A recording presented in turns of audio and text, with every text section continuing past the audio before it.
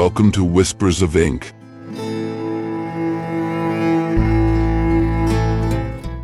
I'm Machado de Assis, and now, I will read one of my stories. Let's start with the book The Skeleton, which is part of my novels collection.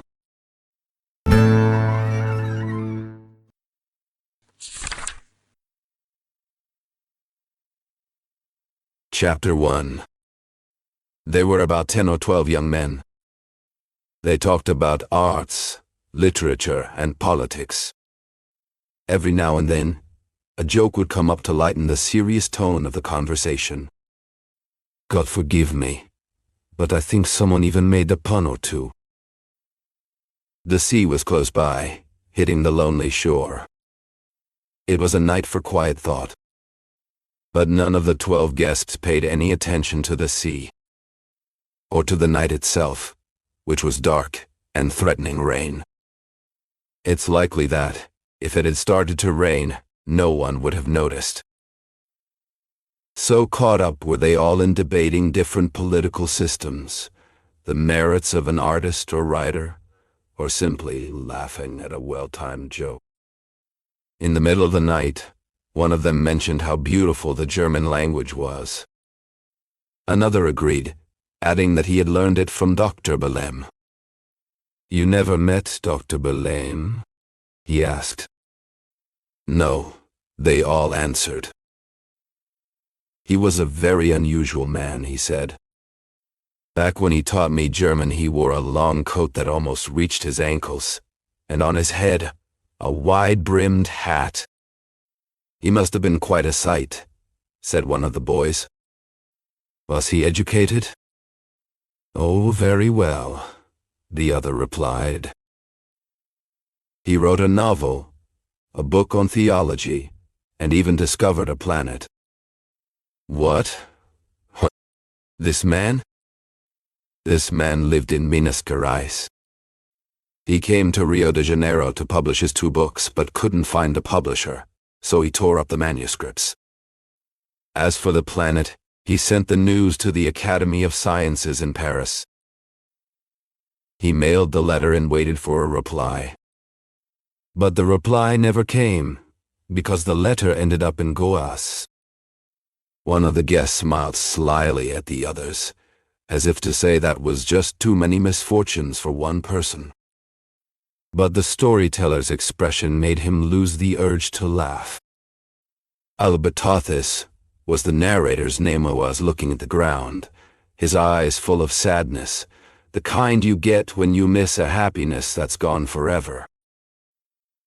Alberto let out a deep sigh, after a long moment of silent, unfocused thought, and then he went on. "Please forgive my silence. I can't think of that man without a tear trying to break free from my eyes. He was unusual, maybe even strange, perhaps not entirely good. I won't say he was my only friend, but certainly the greatest I've ever had." As expected, these words changed the mood in the room. Everyone listened with quiet attention. The narrator stayed quiet for a few more minutes. Suddenly, he shook his head, as if chasing away unwanted memories from the past, and said, "To show you just how odd Dr. Belem really was, let me tell you the story of the skeleton." The word skeleton immediately caught the guests' attention. One of the writers leaned in, eager not to miss a single detail. Everyone waited, curious and excited, for the story of Dr. Belem's skeleton. It was exactly midnight. The night, as I said, was dark. The sea crashed against the shore like a funeral song. It felt like something straight out of Hoffman. And so, Alberto began his tale.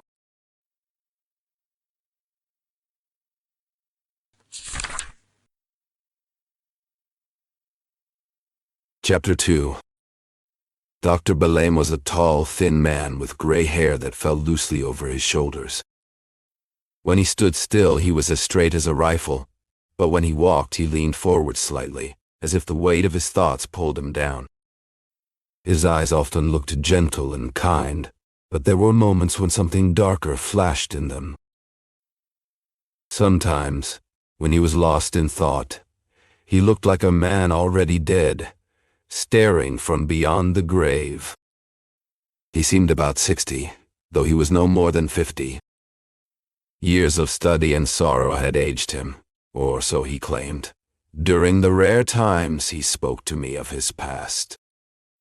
I was the only person he ever opened up to about those things. There were 3 or 4 deep lines on his face, and his skin felt cold as marble and pale as a corpse's. One day, just as my lesson was ending, I asked him if he had ever been married. He smiled, but didn't look at me. I didn't press the question and almost regretted asking it at all. I was married, he said after a pause. And in 3 months' time, I can say it again. I am married. You're getting married? Yes. To whom? To Donna Marcelina. Donna Marcelina was a widow from Ouro Preto, about 26 years old. She wasn't beautiful, but she was pleasant and kind. She had some money, though not nearly as much as the doctor, who owned about 60 contos. Until that moment, I had heard nothing of this engagement.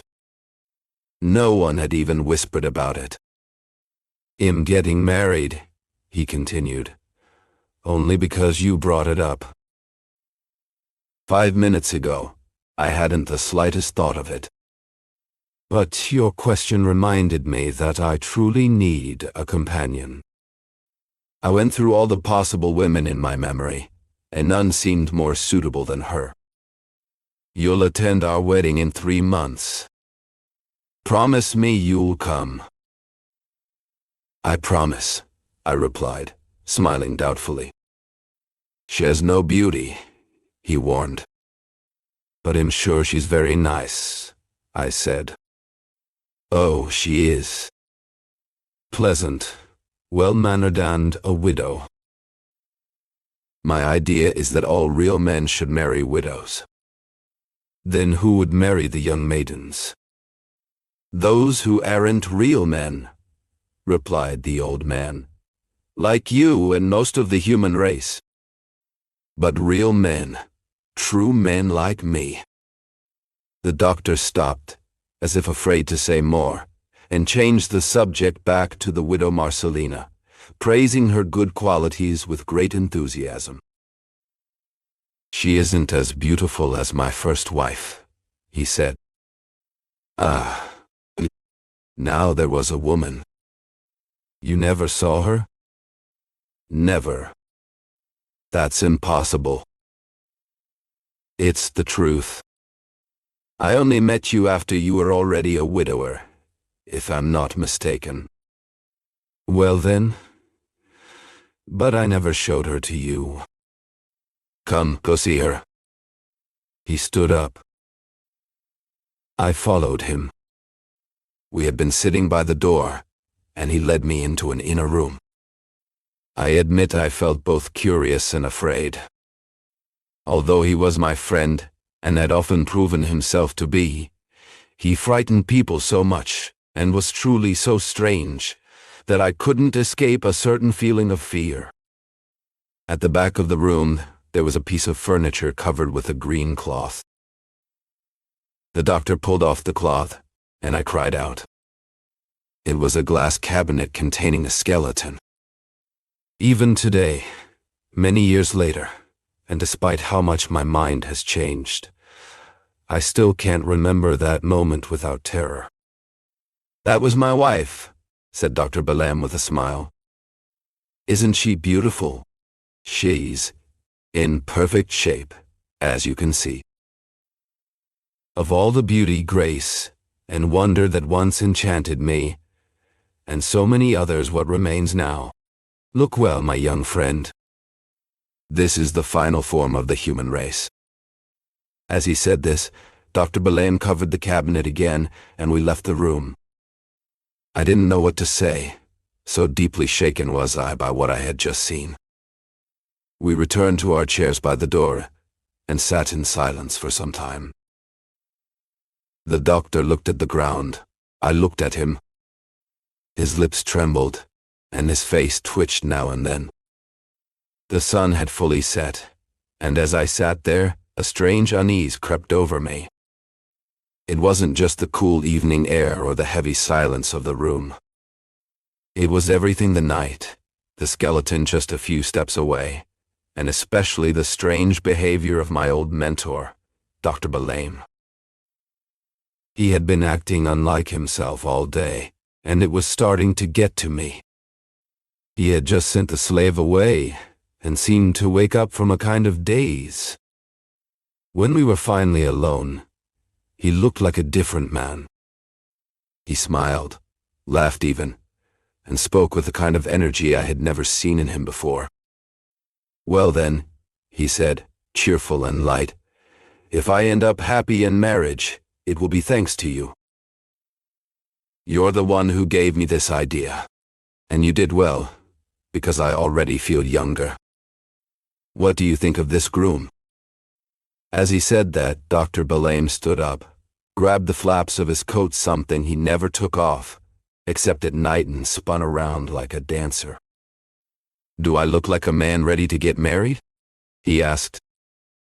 "Without a doubt," I replied.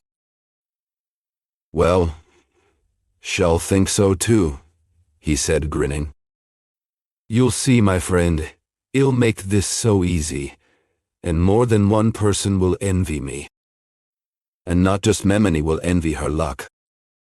"Why not? There are many grooms like me." I didn't say anything. He kept talking like that for about 20 minutes. But the more he spoke, the more I felt the need to leave. The night, the skeleton, his strange mood, it was all too much. So I said goodbye, and he didn't try to stop me. He only smiled, that cold, eerie smile he sometimes wore. I walked home stunned and sad. Stunned by what I had just witnessed, and sad because he had somehow placed the weight of his marriage on my shoulders. Later, I tried to calm myself. Maybe he didn't really mean any of it. Maybe he was just talking. Perhaps he would never get married. Maybe he wasn't even serious about the idea. How could he be so sure that he would marry the widow Marcelina in just 3 months? And who's to say he wasn't just teasing me? That thought stayed with me. The next morning I woke up convinced that he had only said it to pass the time and maybe, just maybe, to show off the skeleton of the woman he once loved. Of course, I told myself, he must have loved her deeply. That's why he kept her remains close. That's why he still couldn't let go. Of course he won't marry anyone else, and honestly, no one would marry him either. People truly believe the rumor that he's a werewolf, or at the very least, close friends with the devil. Him, my kind and thoughtful mentor. Thinking this, I went to visit Dr. Belame early that morning. I found him eating breakfast alone, as usual, served by a slave about his same age. "Come in, Alberto," the doctor said as soon as he saw me at the door. "Would you like to join me for breakfast?" "I'd be happy to." "João, bring another plate." We had breakfast cheerfully. The doctor seemed, just as I often remembered him, talking about serious or light topics, mixing philosophical thoughts with jokes, sharing a funny story from his youth along with a quote from Virgil. At the end of the meal, he returned to the topic of marriage. "So, you're really thinking about getting married?" I asked. "Why not? It's up to her, really. But I'm almost certain she won't say numero. Will you introduce me?" "At your service." The next day, Dr. Balaam was introduced at the house of the widow Marcelina, and received with great kindness. Is he really going to marry her? I thought to myself, surprised by what I saw. After all, besides the age difference between them and his unusual manners, there was already someone else interested in the widow's hand, Lieutenant Soares. Neither the widow nor the lieutenant had any idea of Dr. Balaam's intentions. That's why you can imagine Donna Marcelina's shock when, just 8 days later, my master asked her directly if she would marry him. Not with you, and not with anyone else, replied the widow. I've made a vow never to marry again. Why not? The doctor asked calmly. Because I loved my husband very much. That doesn't stop you from loving someone else, the suitor replied with a smile. After a long silence, he added, I won't insist. I won't make a dramatic scene. I truly love you, but it's the love of a philosopher, the kind of love I believe all love should be. Meanwhile, let me hold on to hope. I will ask for your hand 2 more times. If I get nothing on the last try, please allow me to stay as your friend.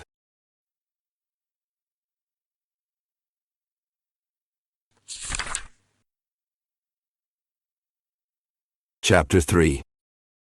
Dr. Balaam stuck to his plan. A month later, he asked the widow's hand again, and once more she turned him down, but maybe not quite as firmly as the first time. He waited 6 weeks and tried again. When I saw him coming out of Donna Marcelina's house, I asked right away, did she accept? Why would she refuse? Didn't I tell you I'd be married in 3 months? But then you're a fortune teller, a magician. The doctor laughed out loud, the kind of laugh he used when he wanted to mock someone or something. This time, it was me he was mocking. I must have looked upset because he quickly grew serious and hugged me. Oh, my friend, don't be suspicious. Have you known me only today? The tenderness in his voice changed him completely. His eyes no longer had that dark look, and his speech, usually choppy and nervous, let me use a French word, harry because I can't find the right one in Portuguese, had softened. I hugged him back, and we talked about the wedding and his bride. The doctor was full of joy. He kept shaking my hands, thanking me for the idea I had given him, and sharing his plans for the future. He thought about coming to the capital right after the wedding. He even suggested going to Europe. But even as he said it, he was already thinking of staying in Minas Gerais forever, he said, and dying there among his mountains. I can see you're completely taken, I said. You've got all the signs of a man about to get married. Really? It's true. Well, I do like her, he said seriously. It's possible he'll die before her. But more likely, she'll die first. And if that happens, I swear right now that her skeleton will join the other one. The idea of the skeletons made me shiver. As he said this, the doctor stared at the floor, deeply lost in thought. From that point on, the conversation was less cheerful than before. I left feeling uneasy. Soon after, the wedding became a reality. Everyone was stunned. People couldn't believe what they were seeing. All admired the courage that was the word everyone used of the widow Marcelina, who didn't hesitate to make such a great sacrifice. But it wasn't really a sacrifice at all. The young woman seemed genuinely happy and full of joy. The congratulations people gave her were often sarcastic, but she accepted them with pleasure and sincerity. Lieutenant Soares didn't offer his congratulations. He was furious. He even wrote her a note, saying all the things one might say in such a situation. The wedding happened not long after the date Dr. Belame had mentioned during our earlier conversation, which I've already told you about. It was a real event in the state capital of Minas Gerais. For 8 days, nothing else was talked about. People couldn't believe it. But as always happens in this world, the novelty eventually faded, and no one paid much attention to the newlyweds anymore. A week later, I had dinner with them. Donna Marcelina looked more joyful than ever. Dr. Belame didn't seem unhappy either. He even seemed like a changed man. His wife had already started to influence him, and one of the first signs of that was the end of his strange formal jacket. The doctor agreed to dress more simply. "Dress me however you like," he told her. "But you'll never change my soul." "Never. I wouldn't want to. And you couldn't, anyway."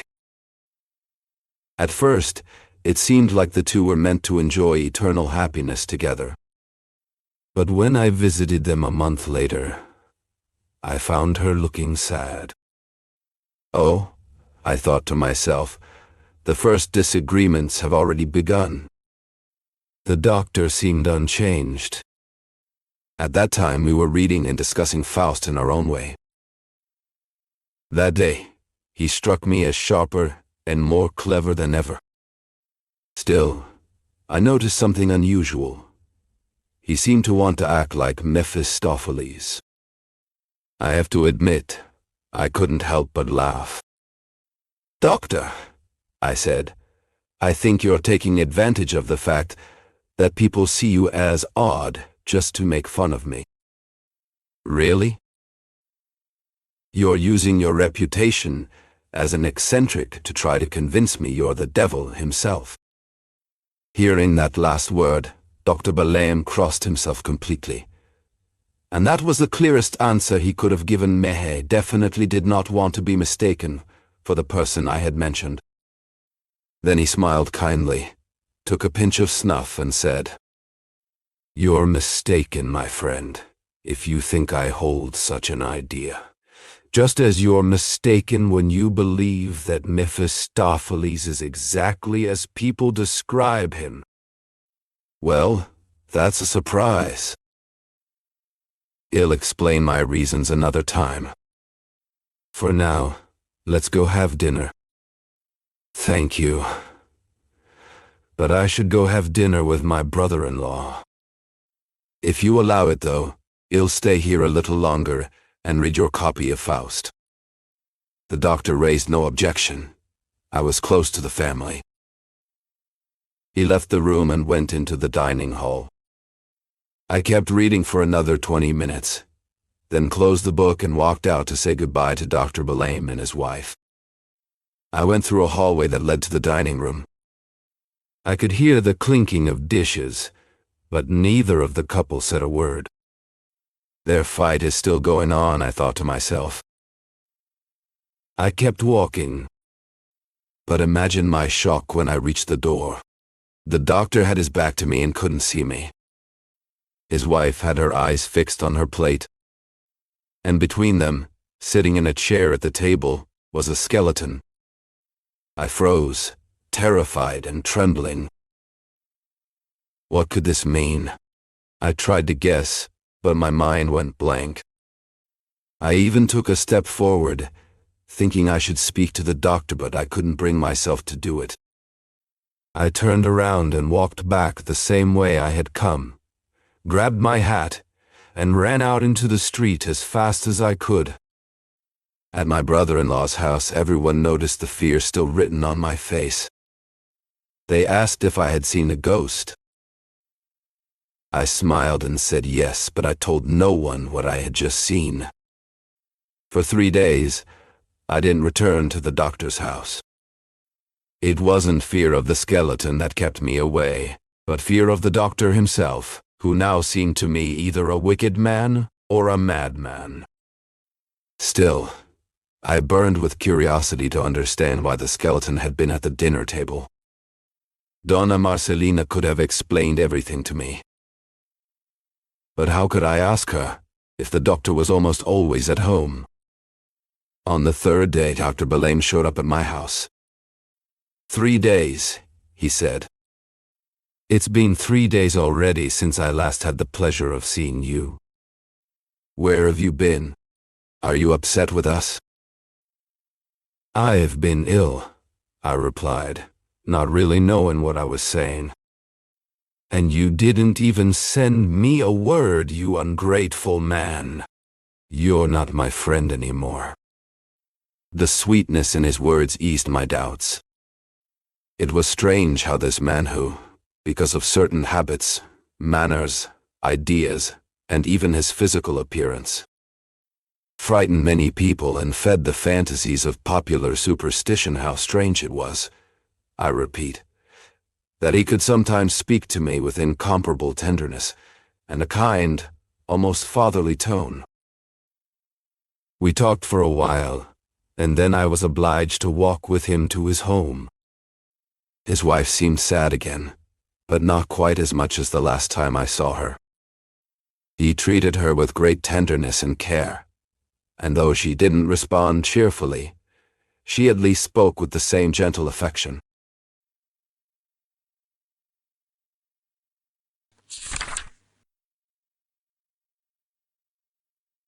Chapter 4. We were in the middle of our conversation when someone came in to say that dinner was ready. Now you must stay and eat with us, he said.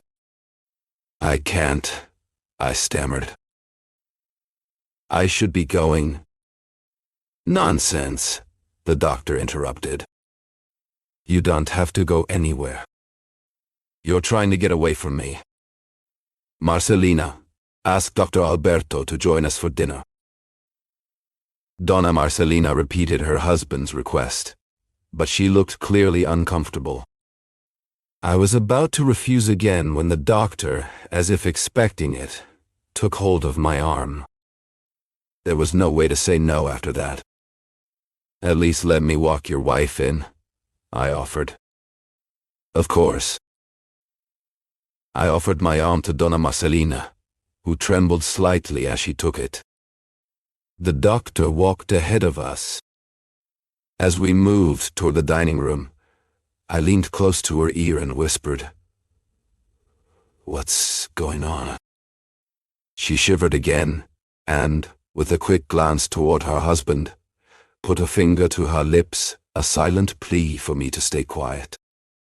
We entered the dining room.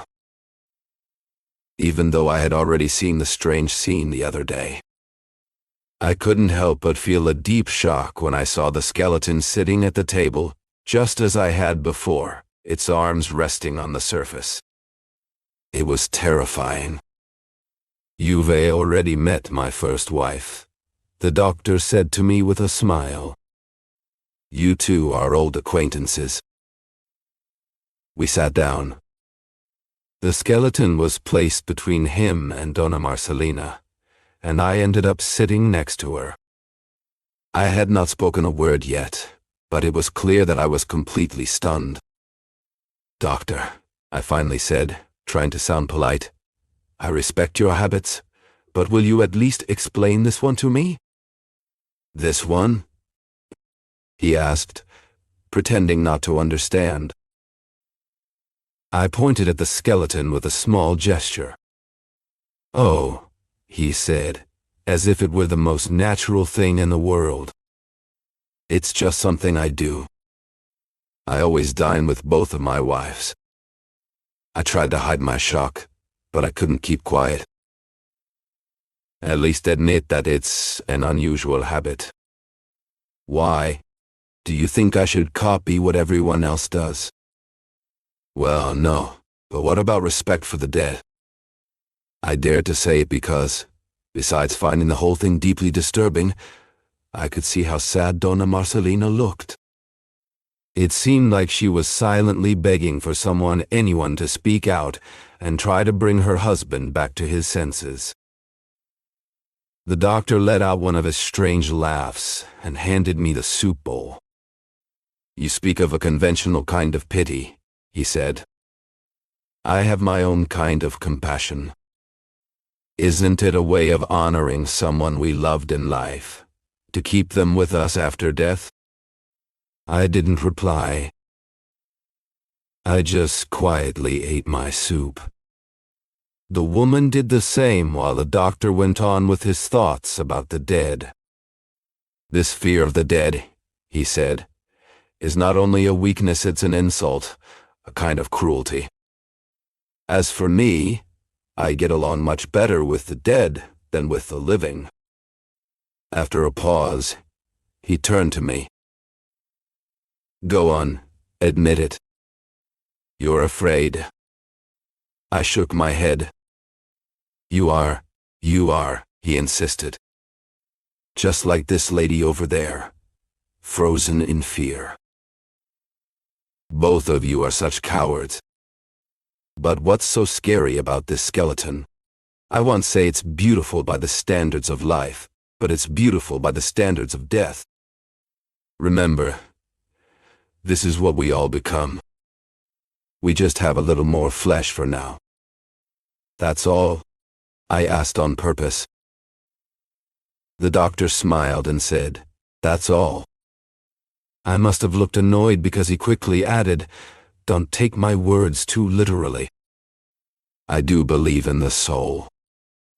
Not just believe it, I prove it. And that's not something everyone can do." "But the soul is gone," he continued. "We can't keep it. So let's keep this at least. This is part of the person we love." When he finished speaking, the doctor gently kissed the skeleton's hand. I shivered and looked at Donna Marcelina. Her eyes were closed. I was eager for this moment to end.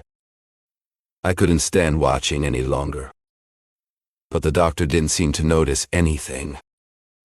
He kept talking about the same subject, and no matter how hard I tried to change the topic, I couldn't.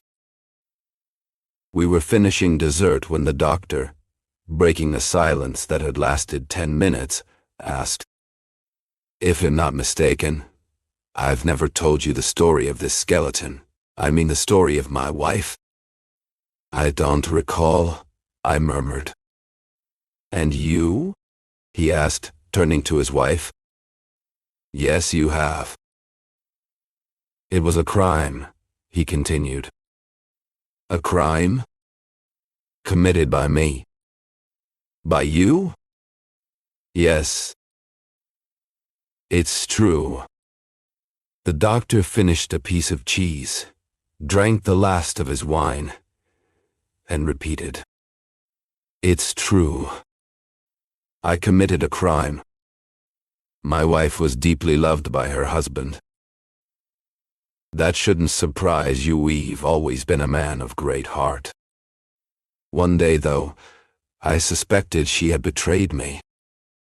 Someone came to me and said a young man from the neighborhood was her lover. Some signs misled me. One day, I told her I knew everything and that I would punish her for what she had done. Louisa fell at my feet, crying, swearing she was innocent. But I was blind with rage. I killed her. You can imagine, but never truly describe, the horror these words caused me. My hair stood on end.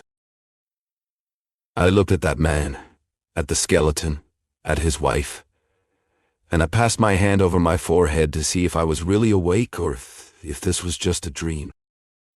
The doctor kept his eyes fixed on the skeleton, and a single tear slowly rolled down his face. We all remained silent for about 10 minutes. Then the doctor broke the silence.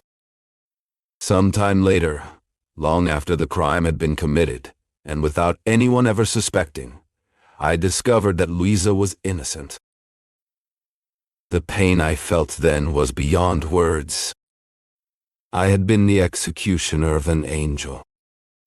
He said these words with such bitterness that I was deeply moved. It was clear that even now, after many years had passed since that terrible event, the doctor still carried the guilt of his act and the sorrow of having lost his wife. Even Marcelina seemed touched. Doctor's hands trembled slightly as he poured the last of the wine into his glass. I had stopped eating some time ago, watching him in silence. His wife's face, pale and tense, told me everything I needed to know. She was afraid, deeply afraid. Later, I would learn she worried that her husband's mind had slipped, that something inside him had broken. But she was wrong. Doctor was strange, yes. He lived differently from most people, and many called him mad. That word floated around him like smoke. Superstition made some avoid his house. Others laughed at the stories. But I saw something else. Not madness. Something deeper. We sat quietly for a long moment. Then, as if the silence had grown too heavy, he spoke. "I won't tell you how I got my first wife's skeleton," he said, his voice calm. "But here it is, and I will keep it until the day I die." I blinked. The fire crackled in the fireplace. His wife sat still as stone. "You must be wondering," he continued, "why I bring it to the table now after marrying again." I didn't speak. I didn't trust my voice. But my eyes must have betrayed my thoughts, because he smiled slightly. "It's simple," he said. "This way, my second wife is always beside my first. She must never forget her duties. If she does well, I won't waste time proving who's right or wrong. I will act." His words chilled me. My hands curled into fists under the table. I finally stood, chair scraping against the floor. I don't remember what I said, but he listened with that same calm, almost kind smile. Then he said only one word. "Child." I left not long after dinner, and I never went back.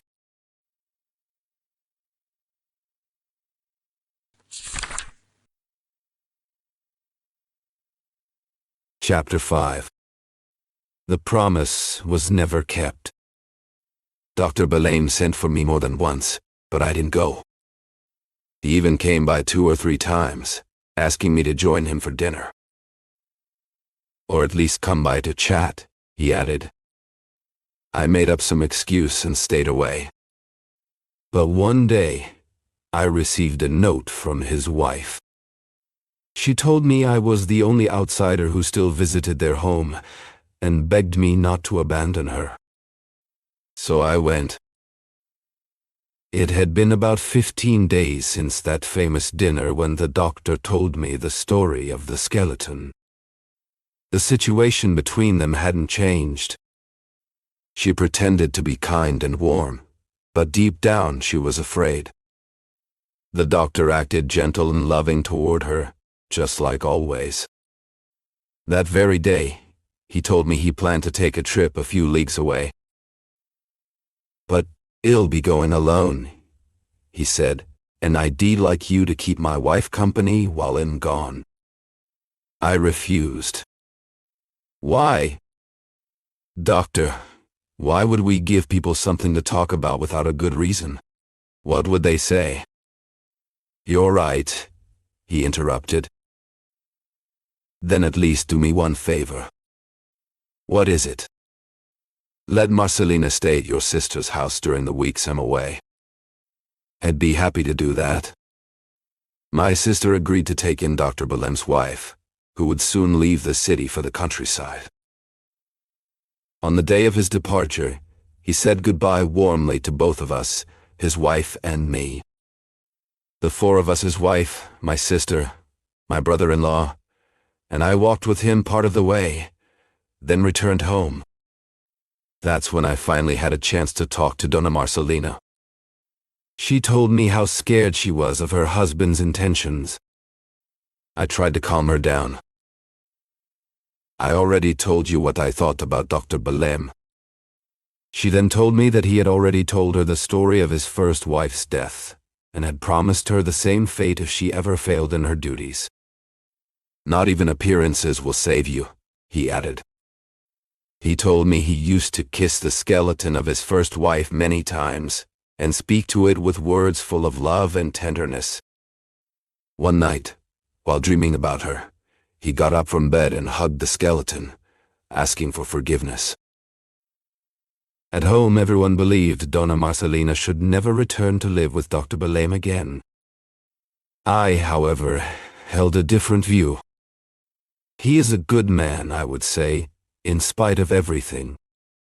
He has his odd ways, but his heart is in the right place. After a month, we received a letter from the doctor. In it, he asked his wife to come to the place where he was staying and asked me to kindly accompany her. I refused to travel alone with her. My sister and brother-in-law, though, offered to go with us. So we all went. Yet there was one special instruction in the doctor's letter, a very important one. He had told his wife to bring the skeleton with her. What a strange new idea is this, my brother-in-law said. I guess we'll find out.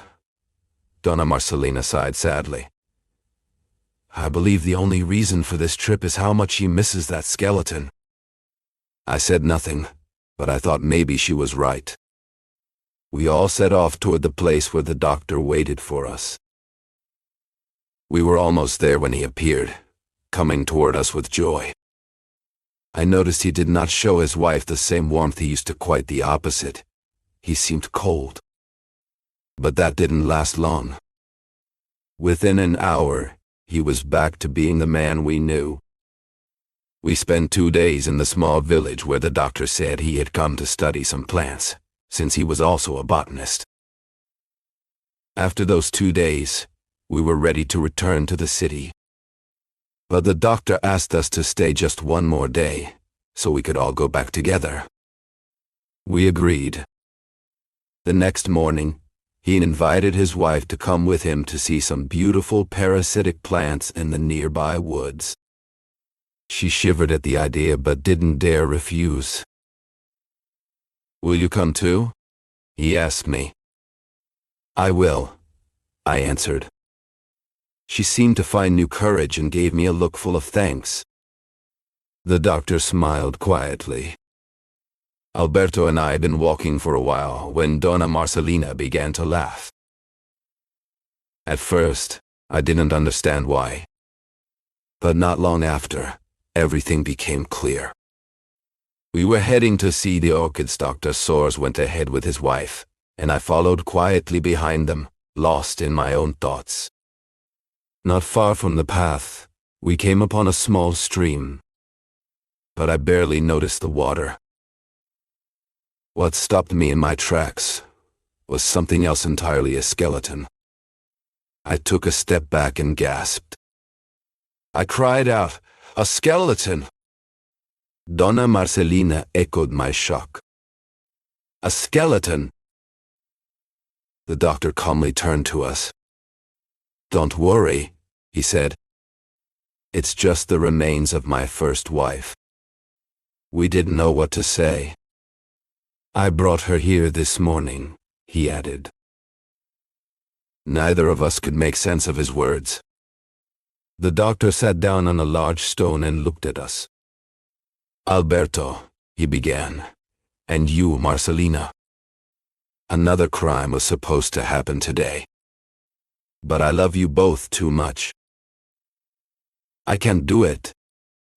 I tried to speak, to ask what he meant, but he raised his hand to stop me. You love each other, he said simply. Donna Marcelina screamed, and I was about to deny it, to explain everything, but the doctor just kept going. You love each other, and I know it, he continued, his voice calm. It doesn't matter. It's natural. Who would love an old fool like me? He paused, then added, be patient. Love each other. I was only ever loved once. And it was by her. As he said that, he wrapped his arms around the skeleton.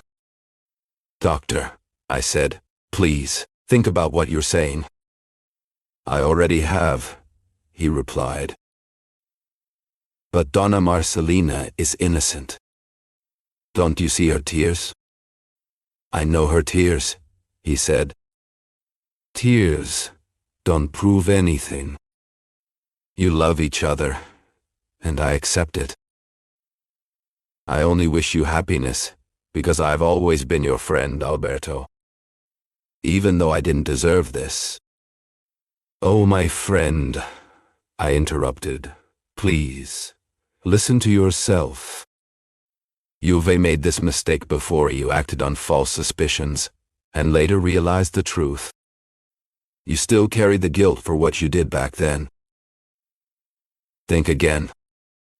Can you really believe I would accept such a terrible accusation without protest? He shrugged, reached into his coat pocket and pulled out a piece of paper. He handed it to me. It was an anonymous letter. Later, I found out that source had written it. This is despicable, I shouted. Perhaps, he murmured.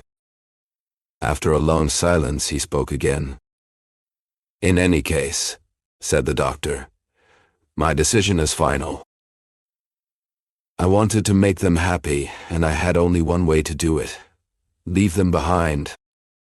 In going with the woman who has always loved me. Goodbye. The doctor hugged the skeleton and walked away from us. I ran after him shouting, but nothing worked. He disappeared into the forest quickly, and besides, the woman had fainted on the ground. I went back to help her and called for people. About an hour later, the poor girl, a widow without even being one, cried tears of sorrow.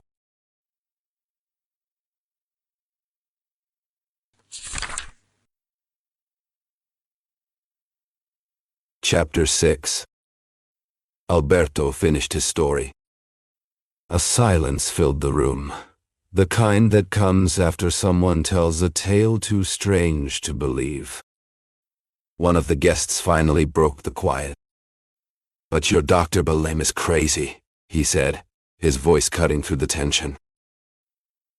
The others had been too stunned to speak, but now they looked around, nodding in agreement. Crazy? Alberto replied with a calm smile. He would only be crazy if he had actually existed. But Dr. Belém never lived. I made him up, just to make you all feel like having tea. So, let's have tea. Bring it in. It's hard to describe what happened next. Some people laughed, confused but relieved. Others stayed quiet, still trying to understand if they had been tricked or cleverly entertained. The room, once heavy with fear, now buzzed with mixed feelings: surprise, embarrassment, and maybe even admiration for Alberto's trick.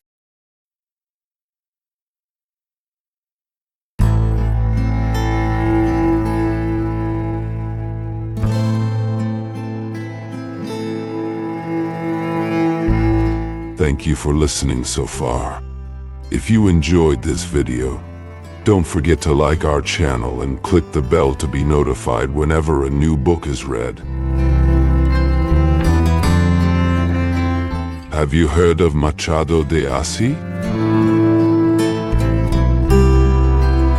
Machado de Assis, born in Rio de Janeiro in 1839, is considered one of the greatest writers in Brazilian literature and a master of psychological realism. He was a novelist, poet, playwright, and short story writer whose works explore the complexities of human behavior with irony, subtlety, and deep introspection. Among his most famous novels are Dom Casmurro, which questions truth and memory, and the posthumous memoirs of Bras Cubas, a satirical narrative told by a deceased man. Machado's literature often reflects the contradictions of Brazilian society, addressing issues like race, class, power, and identity in a sophisticated yet accessible style. Despite being born into poverty and facing racial prejudice, Machado de Assis rose to become the president of the Brazilian Academy of Letters and a symbol of literary excellence. His sharp wit and profound observations about society and the human soul make his works timeless and universally relevant. Today, he is recognized not only as a Brazilian icon, but also as a world-class author whose legacy continues to influence generations of writers and thinkers. Machado de Assis shows us that literature can be both elegant and critical, intimate and universal, humorous and profound. His stories remain as powerful and thought-provoking today as they were more than a century ago. Machado is a treasure of world literature, and through his voice, we discover the infinite layers of the human experience.